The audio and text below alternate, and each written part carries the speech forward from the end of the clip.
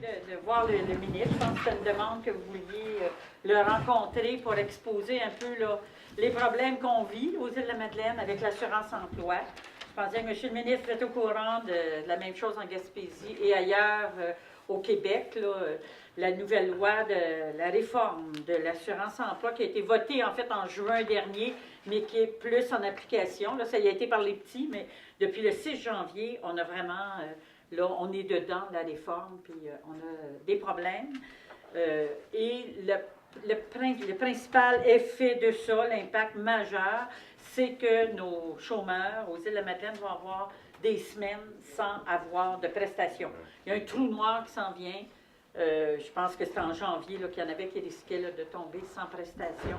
Puis les gens, ici, vous avez le comité des citoyens contre la réforme de l'assurance emploi. Il existe également une table de concertation qui regroupe différents intervenants là, du milieu, qui travaillent aussi en collaboration avec notre comité de citoyens. Mais aujourd'hui, c'est spécifiquement le comité de citoyens qui souhaitait vous rencontrer, puis vous exposer un petit peu là, ce qu'ils vivent et, au niveau de cette réforme du fédéral.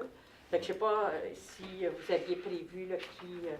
le porte-parole, c'est Brian. Je voulais vous souhaiter le bienvenu, puis merci beaucoup d'avoir accepté l'invitation. Ça fait plaisir. On va se présenter à tour de rôle. Moi, c'est Ryan C. Je travaille dans le domaine de pêche. La réforme me touche de plein fois. Denis Poirier, je suis porte-parole du comité et je suis un représentant aussi du comité sur la table de concertation. Bonjour. Guylaine Vigneault, restauration saisonnière, puis je suis du comité. Élie Solomon, attachée politique. Vous me connaissez. Moi, je fais mon petit mot plate d'attaché politique. On a une conférence de presse de prévue à 16h. Fait qu'il va falloir en une demi-heure faire le tour. Désolée. Parfait. Et on peut continuer. Jérôme Tardy, je travaille pour M. Lelier à la Gaspé. Robin Gagné, je dirige le cabinet à Québec avec M. Lelier. Je viens de la Gaspésie. Bonjour. Sol Gagnon, je travaille dans le milieu sylvicole sur le continent, puis je suis membre du comité citoyen, représentant à la table les îles aussi. Plus ça. Bonjour, Anne-Marie Lapierre, je suis dans le domaine de la restauration, travail saisonnier aussi. Et j'essaie de m'impliquer contre la réforme de la... Bonjour, Michael Bourgeois, aide-pêcheur, dans le domaine des pêches aussi. Bonjour, je suis Hélène Chevrier, je suis organisatrice communautaire. Puis je fais juste leur donner un petit coup de main parce qu'ils savent ce qu'ils veulent.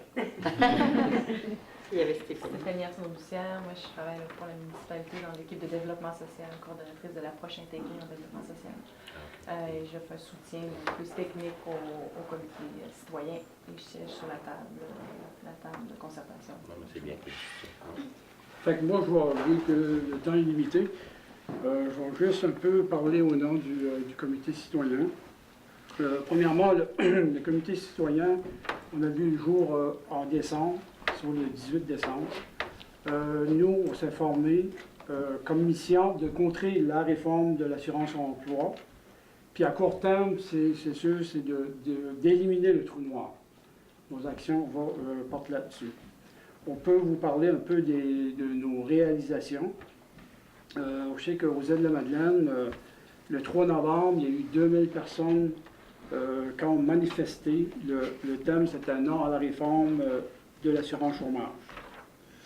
Nous, on a eu des réunions, on a eu 5 rencontres de comités. Et au niveau de la table aussi, on a eu comme 3 rencontres. Également, nous avons eu des communiqués, des entrevues dans les médias, puis afin de faire connaître le comité et s'informer de nos actions. Le 13 janvier 2013, on peut dire que le comité, on avait organisé une grande manifestation. Et là, à ce moment-là, on avait axé ça sur une alerte à l'exode. Donc le thème, c'était « Non à l'exode des Malinos ». Et c'était un gros succès. En plus, on avait les médias nationaux. Je pense que ça a été vraiment un coup d'envoi sur le continent. Puis Puis à partir de cette manifestation-là, on a vu qu'une mobilisation au niveau du continent, qui ça fait au niveau de la Gaspésie, Bas-Saint-Laurent et même du Nouveau-Brunswick. Donc, je pense qu'aux îles de la Madeleine, il y a eu 4000 personnes, donc le tiers de la population est sortie. Donc, c'était une manifestation qui se passait le dimanche, c'était familial, parce que on sait que l'exode, c'est un phénomène familial. Pourquoi est-ce qu'on a eu autant de monde? Je pense que c'est l'état d'urgence qu'on vit avec la réforme de l'assurance emploi. Je pense qu'on fait face à la plus grande crise aux îles de la Madeleine de notre histoire. C'est pour ça qu'on a eu autant de personnes. Puis on sent déjà une anxiété et, au niveau des travailleurs saisonniers. Moi, je ne l'ai pas dit, mais je suis un travailleur dans la transformation des pêches. On sait que plusieurs aides-pêcheurs ont déjà quitté les îles. Puis je veux dire qu'on va avoir beaucoup de... On commence déjà à avoir un problème à ce niveau-là. Ce qui a été bien réussi aussi dans cette manifestation, c'est que plusieurs commerçants ont fermé leurs portes.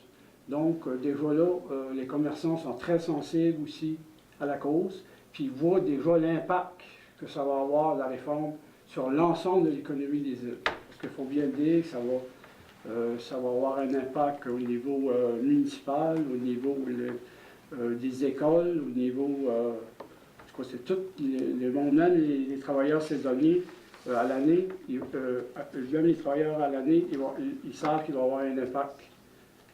Que si parce qu'on prévoit que peut-être bien plus d'une centaine de familles pourraient quitter les îles.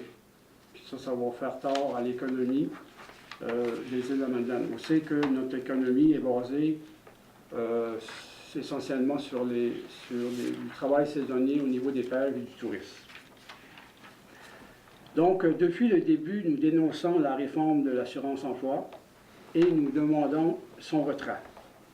On trouve que c'est inacceptable, que cette réforme est inacceptable, parce qu'elle ne tient pas compte des particularités insulaires, saisonnières et régionales. Le travail saisonnier est le plus souvent une réalité commandée par la nature des ressources que nous exploitons. Le poisson, comme le bois des forêts, le dur aux îles, c'est moins ça, mais c'est aussi en Gaspésie. Et comme les céréales, l'agriculture sont des ressources vivantes, renouvelables, qui s'exploitent en saison particulière. Puis là, à l'heure actuelle, le gouvernement Harper ne comprend pas les régions. Et le travail saisonnier est aussi commandé par la nature, comme le tourisme, donc les vacances. Ça va avoir un impact aussi sur le domaine de la construction. En plus, nous trouvons injuste que les travailleurs en chômage soient traités comme des mauvais chômeurs. On sait qu'aux îles, en période hivernale, on évalue à 40% de la population qui reçoivent des prestations d'assurance-emploi. Là, avec la nouvelle réforme, on est considéré comme des mauvais chômeurs parce qu'on revient annuellement sur le chômage. Donc, il y a beaucoup de préjugés, c'est beaucoup ces préjugés-là, ça nous défavorise, ça nous marginalise, ça nous blesse. Ce sont des insultes qui atteignent notre dignité et nos droits comme travailleurs, puis comme électeurs aussi. Donc, je pense qu'il y a aussi un travail d'éducation à faire à ce niveau-là, au niveau d'essayer parce qu'on voit qu'il y a toutes sortes au niveau des médias, souvent il y a des préjugés concernant les chômeurs. On se fait dire que pourquoi est-ce qu'on paierait annuellement pour vous. Nous, on travaille à l'année. Bien, ça, c'est sûr, il y a un travail, on avait identifié qu'il y avait un travail d'éducation à faire. Donc, il y a beaucoup d'une insécurité par rapport à cette réforme. Donc, il y a eu un stress. OK? Il y a un stress qui est toxique, que créent toutes les mesures qui ont été mises en place par le gouvernement sur nos familles, puis aussi sur nos communautés. Donc, il faut essayer d'aller aller assez rapidement. Nous, on avait pensé qu'il y avait urgence de faire un plan un plan d'urgence pour les gens qui tombent dans le trou noir. C'est pour ça qu'on demande au gouvernement du Québec de se pencher sur ce plan d'urgence-là qu'on aimerait qu'ils mettent en place pour aider justement les travailleurs saisonniers qui vont tomber dans les prochaines semaines dans le fameux trou noir. Donc il faut qu'il y ait une prise de conscience de l'impact économique causé par l'exode. Donc, je vais parler d'exode, il y avait un début d'exode, mais ça va. Il faut essayer d'endiguer justement le plus rapidement possible cet exode-là. Il faut essayer d'amoindrir les impacts. Donc, il va y avoir un manque de main-d'œuvre dans les domaines saisonniers. Parce que là, présentement, j'ai mentionné tantôt que plusieurs aides-pêcheurs sont partis à l'extérieur des îles. Donc, il va y avoir des pêcheurs propriétaires qui vont peut-être avoir un nombre, ils vont peut-être avoir un besoin de travailleurs. Donc, ça va avoir un impact aussi sur les usines au niveau de l'approvisionnement, s'ils n'ont pas d'aides-pêcheurs à leur disposition. Donc, c'est un impact négatif sur l'ensemble, non seulement sur l'ensemble de l'économie des îles, mais aussi sur l'ensemble de l'économie du Québec. Donc, il y a une urgence de mettre en place des projets immédiats pour faire travailler les gens du milieu afin de combler le trou noir. Donc, peut-être d'apporter des fonds d'aide d'urgence pour empêcher l'exode. On avait parlé peut-être de mettre des programmes aussi d'éducation, aider pour essayer de combler le manque de revenus qui va se faire dans les prochaines semaines. Fait que, puis aussi, alors, pour terminer, on invite Mme Marois, on invite Mme Malta et Cloutier pour venir constater l'état de crise actuel que provoque le trou noir et la réforme de l'assurance-emploi sur des régions ressources comme les îles de Madeleine. Donc je pense que ça fait un peu le tour. S'il y a quelqu'un du comité qui voudrait rajouter des points que j'aurais oubliés. Oui, c'est peut-être aussi d'essayer de savoir où est-ce que le gouvernement en est dans un plan d'action concret et pratiquement immédiat pour venir en aide aux gens ici sur le territoire, parce que avec 10 semaines de manque de salaire, ça va causer... Puis comme Denis dit, peut-être des petites formations ou des projets. Les formations peuvent être des formations au niveau de la langue, d'utilisation d'informatique, les pêches. Il y en a quelques-uns qu'au collégiat présente ce printemps, mais ça sera possiblement pas assez, bien probablement que ça ne le soit pas.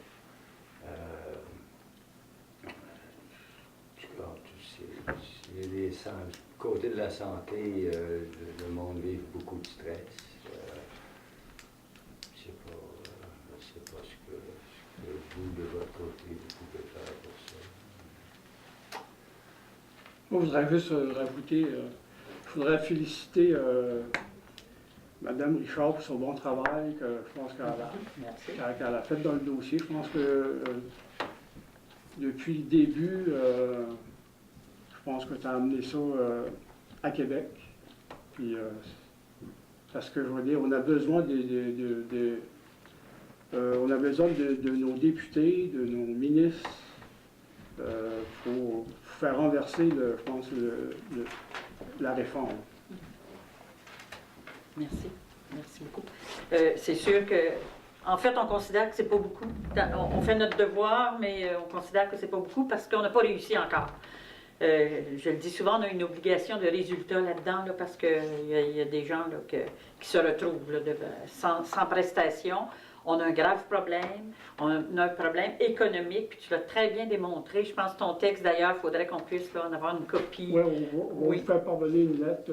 Oui, parce lundi que. ou mardi. Oui, je trouve que vous avez bien démontré justement la situation aux îles, c'est que Là, on va avoir un manque de main-d'œuvre qualifiée, en plus que des gens là, qui souffrent, là, qui n'auront pas de revenus. On va avoir un problème de main-d'œuvre qualifiée, autant dans les pêches que dans le tourisme. Et on ne veut pas non plus qu'il y ait une exode des îles et qu'il y ait des familles qui s'en aillent et qu'il y ait des jeunes qui s'en aillent travailler ailleurs. Ça, c'est assez terrible. Oui, on a fait des actions, merci de remarquer ça, mais je pense qu'il faut continuer. Au niveau du gouvernement, on apporte d'autres solutions qui vont s'en venir. Entre autres, la ministre Agnès Maltais va aller rencontrer la ministre Finlay début février, probablement, en tout cas le 11 février, qu'elle devrait être à Ottawa, pour essayer de lui faire entendre raison. Sauf que c'est pas évident. Mais comme les actions que vous mettez de l'avant, puis la formation, tout ça, je pense que c'est des solutions que le gouvernement du Québec peut mettre de l'avant pour aider, là, parce qu'on sait qu'il y en a qui vont venir à l'aide sociale aussi, qui vont être obligés d'avoir des prestations d'aide sociale, mais c'est pas évident, parce que dans le couple, il y a des fois un des deux qui travaille, puis là, ça va leur couper la possibilité d'aller chercher même de l'aide sociale. Donc, ils tombent sans... Il manque un revenu là, dans la famille, puis ça, c'est assez terrible. On est conscient de ça. C'est sûr qu'au niveau du gouvernement, vous avez dit autant la ministre Maltais que le ministre des Affaires intergouvernementales, Alexandre Cloutier, est sensibilisé à la situation. On va apporter des mesures. On travaille là-dessus et la semaine prochaine, on a une rencontre avec tous les députés là, du Parti québécois pour voir qu'est-ce qu'on va apporter comme solution là, à partir du gouvernement. Il faut trouver d'autres solutions. Vous nous en apportez. Je pense qu'on va recevoir une bonne écoute là, de la part du gouvernement. Et effectivement, il faut continuer la bataille. Ça ne nous appartient pas de changer la loi. On ne peut pas, c'est fédéral. Nous autres, on est le gouvernement du Québec. Par contre, on ne laissera pas tomber les gens. Puis ce que j'ai pu apporter à date, je pense, c'est de la sensibilisation par rapport aux autres députés de notre caucus, mais aussi à l'Assemblée nationale, parce qu'on a voté à l'unanimité l'Assemblée nationale avec les autres partis le fait de dénoncer cette réforme-là. Ça n'a pas apporté le résultat qu'on aurait voulu. Il faut continuer à envoyer des lettres, à faire des pressions, des représentations à Ottawa aussi.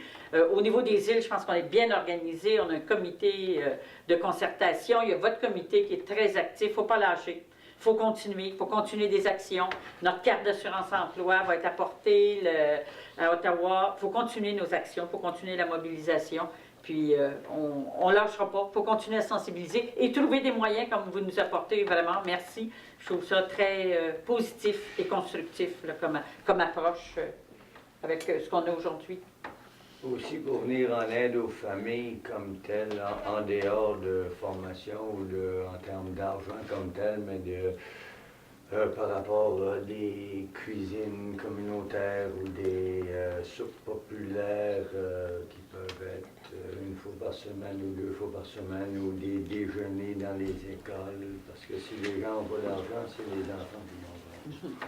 Effectivement. Je ne sais pas si tu veux ajouter quelque chose en terminant. OK. En tout cas, un peu comme Janine vient de le dire, là, vous avez une belle présentation. J'aimerais ça qu'on ait une copie, parce que moi, je suis le ministre régional, mais je suis aussi député d'un comté qui vit à peu près la même chose. Oui.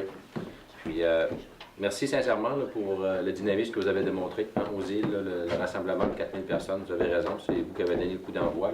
Puis on l'a entendu partout, ce coup d'envoi-là. Ça s'est parlé, même au Conseil des ministres, on a fait allusion il y a 2 semaines. Donc, vous avez fait un beau travail. Une fois qu'on a dit ça, écoutez, moi, je pense que les éléments là, qui font que pourquoi c'est une priorité pour, en tout cas pour notre gouvernement, pour le gouvernement du Québec, là, en tout cas, c'est une grande source de préoccupation. Ça devrait être une priorité pour le fédéral de rétablir sa position. Mais ça, on va travailler fort parce qu'on va y arriver. On va mettre tous les efforts possibles, mais on sait que le gouvernement actuel au fédéral est un gouvernement assez rigide dans ses positions. Mais comme Janine vient de le dire, une fois qu'on a dit ça, il faut continuer à pousser très, très fort. Puis il faut en même temps avoir un plan B. Hein? Oui, on espère que le gouvernement fédéral va céder ou va modifier, alléger, mais il faut aussi avoir un plan B au cas où, malheureusement, ça ne serait pas le cas. Puis on a eu d'autres crises dans le passé, là, dans les 10-15 dernières années, où le gouvernement du Québec a dû venir compenser pour des mesures négatives ou à impact négatif sur notre population dans les régions. Puis, ce que j'entends, ça tombe bien, là, cette semaine, on termine une tournée de consultation pour le plan de développement ou la stratégie gouvernementale du gouvernement du Québec pour la région Gaspésie-les-Îles. Hein? Vous savez qu'on a un comité ministériel, on est 5 ministres avec Mme Marois qui travaillons pour débloquer, on va parler d'un plan de développement pour notre région. Les 2 députés les 3 députés sont mis à partie, moi comme député puis comme ministre régional, mais Janine aussi pour les îles, puis Sylvain Roy pour Bonaventure. On travaille les trois députés activement là-dedans, parce que c'est chez nous, dans notre région, que ça se passe. Puis on a tout ça pour dire qu'on a fait le tour des 6 MRC. On termine ici aujourd'hui. Puis la réforme de l'assurance-emploi a ressorti clairement partout dans les 6 rencontres. Les 6 MRC, là, c'est clair que c'est évident. Hein? Si on pouvait, ça a sûrement été chiffré, là, ce qu'on risque de perdre comme retombée économique, là, c'est énorme. C'est énorme l'assurance-emploi dans une région comme nous autres. Hein? La forêt, la pêche, le tourisme, la mariculture, l'agriculture, c'est du saisonnier, comme vous l'avez dit. Hein? On ne peut pas changer ça, c'est la nature. Puis cette réforme-là, ben, elle ne tient pas compte, je pense, des régions. Hein? Il y a plusieurs réformes là, du côté fédéral qui sont dures pour les régions, mais ça en est une qui frappe très, très fort. Puis, écoutez, nous autres, nos préoccupations, c'est l'exode des travailleurs. Parce que déjà, qui aurait dit ça 10 ans passés, là, qui aurait dit qu'on parle de pénurie de travailleurs dans la région de Gaspésie-les-Îles, on fait le contraire, c'est des pénuries d'emploi. On est rendu là. Le vieillissement de la population fait en sorte que nos travailleurs s'en vont vers la retraite. Hein. Puis nos travailleurs saisonniers travaillent fort, hein, en général. Les usines de pêche, c'est des conditions le printemps jusqu'à l'automne, dans le froid, dans l'eau, des courants d'air, l'humidité, on sait ce que c'est. Puis les jeunes qui ont des formations, pour la plupart, parce que le niveau de scolarité augmente quand même, puis ici aussi, autour de 80 %, on me disait ça tantôt, c'est fort, c'est très bon. Bien, quand tu as une formation, généralement, tu vas essayer de te trouver des fois des travaux, hein, une job avec des meilleures conditions, moins dur physiquement. Fait que ce qui fait qu'on sent que la forêt, nous, en Gaspésie, c'est clair, les bûcherons, là, tu ne vois plus un bûcheron. Un jeune bûcheron, ça n'existe plus, hein, parce que c'est très dur. Bien, la pêche, c'est un peu comme ça. Hein. Donc, on a une préoccupation parce qu'en plus d'être difficile comme condition, en plus d'attirer moins de monde, il y en a peut-être qui vont dire « je ne peux plus vivre dans mon milieu parce que là, j'ai un trou noir de 6, 8, 10 semaines ». Fait que tu l'as bien exprimé, là, quand c'est rendu qu'on doit mettre en place peut-être des mécanismes pour que nos enfants dans nos écoles là, aient un déjeuner. Là. C'est sérieux, ça. Et puis c'est pas tout le monde, malheureusement, qui voit ça comme ça.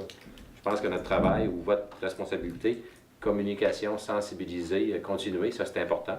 Puis, écoutez, Janine, moi, puis Sylvain de Bonaventure, c'est tellement, c'est une priorité pour nous autres.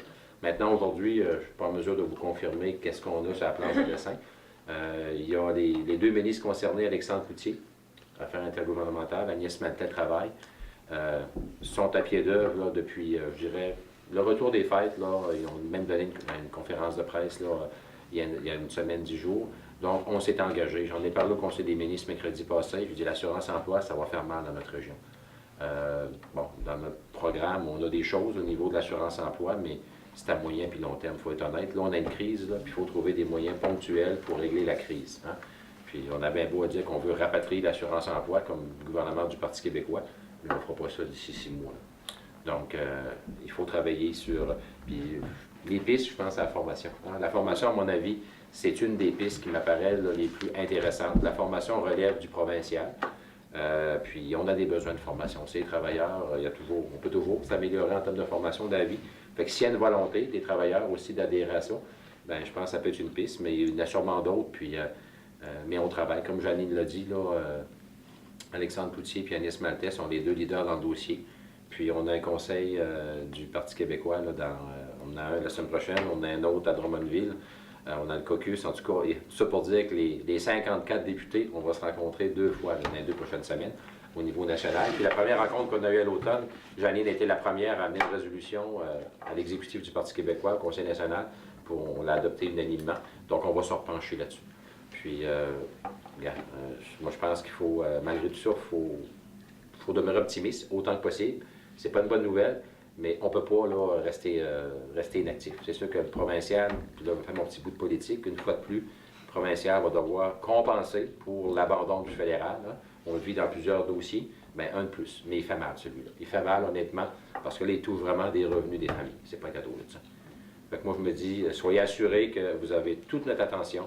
Puis, moi, je suis ministre de la région, mais je suis député d'un comté qui ressemble à ici, forêt, pêche, tourisme. C'est ça, la Gaspésie. Hein. On est dans la même région. Fait qu'on est tous, je pense, solidaires dans ce dossier-là. Puis, on a l'obligation, comme gouvernement du Québec, d'intervenir. Maintenant, dans le comment, je ne suis pas en mesure de vous dire un chiffre aujourd'hui, ni dans le comment, mais on va être là, puis en espérant le mieux possible. Il faut qu'on trouve une solution pour vous aider. Et les travailleurs de la région, on n'a pas le choix.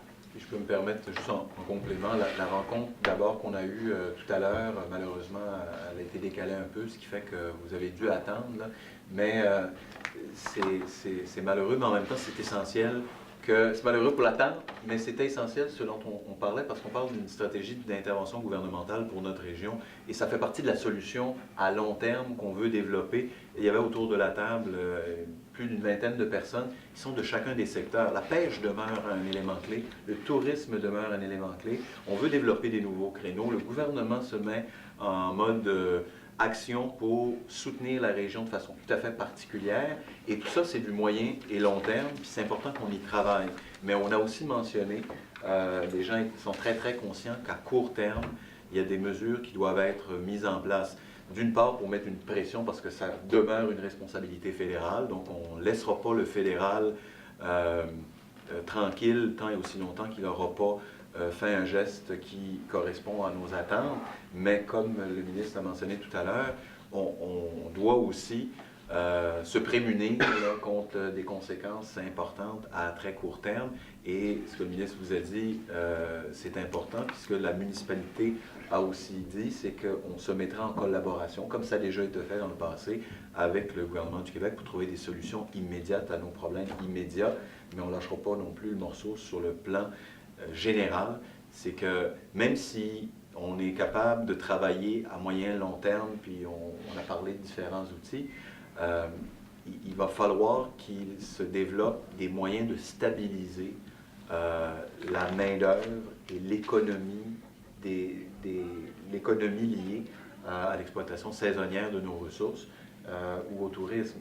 Et malgré tous les efforts qu'on pourrait y déployer, que ça s'appelle l'assurance-emploi ou autre chose, si on veut conserver la pêche et le tourisme comme moteur de développement, on ne pourra pas se passer des travailleurs, ou on ne pourra pas exiger des travailleurs qu'ils s'expatrient pendant une partie de l'année et reviennent ensuite. Ça devient comme impensable. Donc, il y aura une mesure idéalement fédérale, ou fédérale-provinciale, ou fédérale-provinciale municipale, qui devra nous permettre de stabiliser nos économies, parce que sans ça, c'est l'effritement qui nous guette à long terme. Et dernier mot là-dessus, pas là-dessus, mais je veux dire, pour moi, c'est que je pense que on parle beaucoup de la manifestation de 4000 personnes du 13. Tout le crédit revient aux citoyens, parce que c'est vraiment la prise de conscience d'un certain groupe là, qui se sont nommés des représentants, ou les représentants se sont pointés là. En fait, c'est une prise en charge. C'est la base qui a dit, regarde, il faut que ça bouge.